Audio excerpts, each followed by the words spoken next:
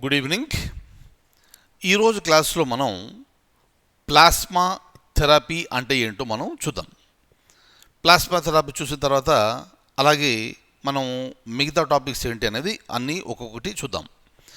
ముందుగా plasma therapy అంటే ఈ మధ్యకాలంలో మనం చాలా ఎక్కువగా వింటున్నాం. మరి ఇదేమైనా నూతన చికిత్సా విధానమా అంటే కాదు. కానీ ఈ కోవిడ్-19 వచ్చిన తర్వాత ఆ ఇన్ఫెక్షన్ బారిన పడి ఎవరైతే కోలుకుంటారో వారి నుంచి యాంటీబాడీస్ సేకరించి ఎవరైతే కోవిడ్-19తో ప్రస్తుతం బాధపడుతున్నారో వారికి ఆ యాంటీబాడీస్ ఎక్కించి చికిత్స అందించి వారు సత్వరం కోలుకునేటట్టు చేయడమే ఈ పద్ధతి.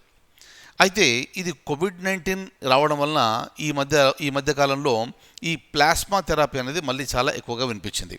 కానీ ఇది కొత్త చికిత్సా విధానం కాదు.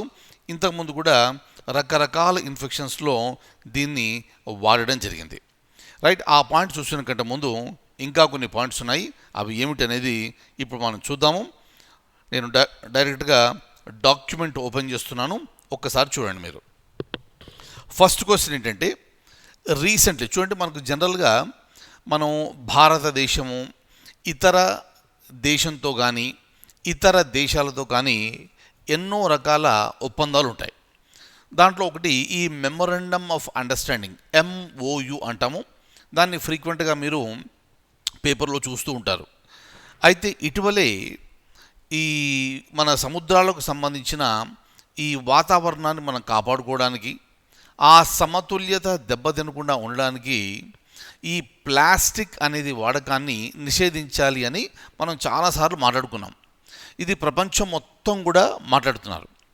అయితే ఈ ప్లాస్టిక్ వలన సముద్రాల్లో ఉండే ఈ జీవరాశులు ఏమైతే ఉంటాయో వాటికి ఇబ్బందికరమైన పరిస్థితులు తలెత్తున్నాయని, కాలుష్యం సముద్రం లోపల బాగా పెరిగిపోతుందని మనం చాలాసార్లు చెప్పుకోవడం జరిగింది.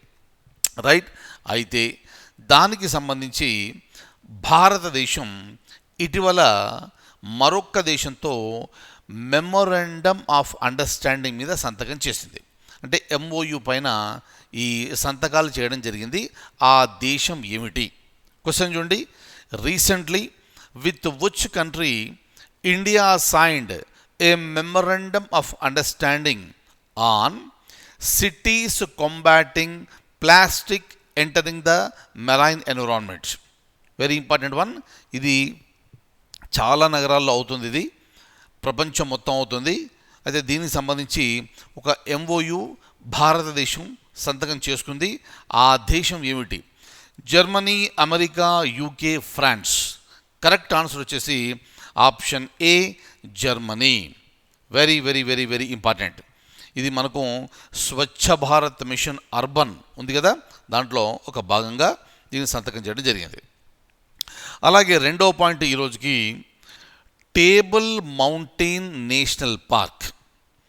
ఇది ఇటీవల వార్తల్లో బాగా వినిపించింది. టేబుల్ మౌంటైన్ నేషనల్ పార్క్ ఎక్కడ ఉంది? మనకు ఆప్షన్స్ చూస్తే అక్కడ 4 దేశాలు మనకు కనిపిస్తున్నాయి. Japan, America, south Africa, Israel. ఈ 4 దేశాల్లో ఈ టేబుల్ మౌంటైన్ నేషనల్ పార్క్ అనేది ఏ దేశంలో ఉంది? ఆన్సర్ వచ్చేసి option C, South Africa. South ఆఫ్రికాలో కేప్ టౌన్ ఉంది, మీకు తెలుసు కదా నగరం. ఆ కేప్ టౌన్లో ఈ టేబుల్ మౌంటైన్ నేషనల్ పార్క్ ఉంది. అది ఇటీవల న్యూస్లో ఎందుకుందంటే ఇటీవల అక్కడ ఒక ఫైర్ యాక్సిడెంట్ జరగడం వలన అది వార్తల్లోకి వచ్చింది. రైట్, సో ఇది ఇంకా ఈ యునెస్కో వరల్డ్ హెరిటేజ్ సైట్ ఇది, ఈ టేబుల్ మౌంటైన్ నేషనల్ పార్క్ అనేది. ఇది ఎక్కడుంది అంటే సౌత్ ఆఫ్రికాలోని కేప్ టౌన్లో ఇది ఉంది. నెక్స్ట్, మీ అందరికీ జ్ఞాపకం ఉంటుంది, ఇప్పుడు స్క్రీన్ మీద కనిపించే క్వశ్చన్ గురించి మనం కొంతకాలం కింద మనం మాట్లాడుకున్నాం. ఇండియన్ గ్రేట్ హార్న్బిల్ బర్డ్, ఇదొక పక్షి. ఈ పక్షి ఇది ఎండేంజర్డ్. రైట్, ఇది వల్నరబుల్, అంటే ఇది క్షీణ దశలో ఉంది. ఇది మరి వీటిని కాపాడుకోవాలి. కానీ ఇది ఎక్కడ ఉంది అనేది క్వశ్చన్. వెస్టర్న్ ఘాట్స్లో ఉందా, ఈస్టర్న్ ఘాట్స్లో ఉందా, పశ్చిమ కనుమల్లో ఉందా, తూర్పు కనుమల్లో ఉందా, రైట్, అలాగే ఒడిషాలో ఉందా, లేదా రాజస్థాన్లో కనిపించిందా? కరెక్ట్ ఆన్సర్ వచ్చేసి వెస్ట్రన్ ఘాట్స్. దయచేసి జ్ఞాపకం పెట్టుకోండి, ఈ ఇండియన్ గ్రేట్ హార్న్బిల్ బర్డ్ అనేది మనకు పశ్చిమ కనుమల్లో కనిపిస్తుంది, అలాగే ఈశాన్య రాష్ట్రాల్లో కూడా మనకు కనిపిస్తుంది. దీనికి సంబంధించిన కొన్ని పాయింట్స్ ఉన్నాయి, ఒకసారి చూపిస్తాను, చూడండి. ఇక్కడ మీరు జాగ్రత్తగా చూస్తే కనుక ఇది మనకు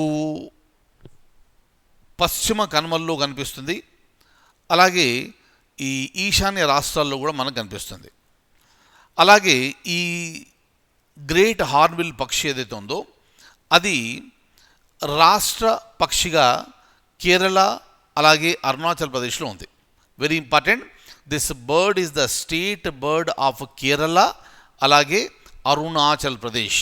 వెరీ ఇంపార్టెంట్, ఆంధ్రప్రదేశ్ కాదు, ఇది అరుణాచల్ ప్రదేశ్.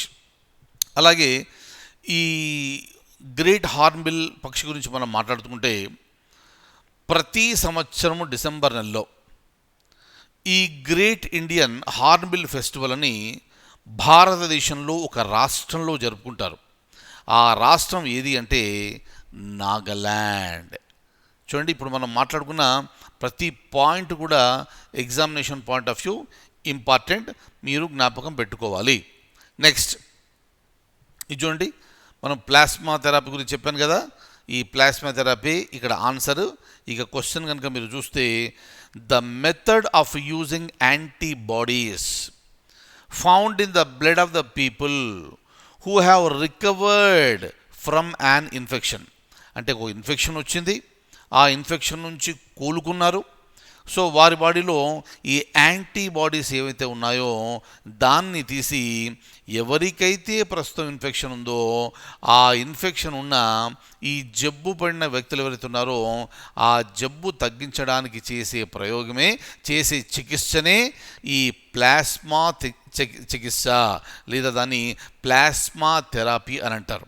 జ్ఞాపకం పెట్టుకోండి దయచేసి, ఇది చాలా చాలా చాలా న్యూస్లో ఉంది, కానీ నేను మీకు క్లాస్ బిగినింగ్లో చెప్పినట్టుగా ఇది కొత్త విధానం కాదు, పాత విధానమే.